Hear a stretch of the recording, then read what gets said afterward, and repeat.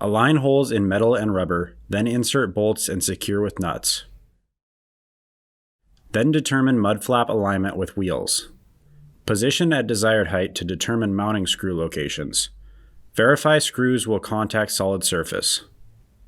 Use angled screwdriver with self-drilling screw to attach mud flap at the top. Verify the mud flap is level, then continue to attach mud flap with remaining screws. To determine mounting hole locations, position stabilizing bracket to attach to mud flap and vehicle.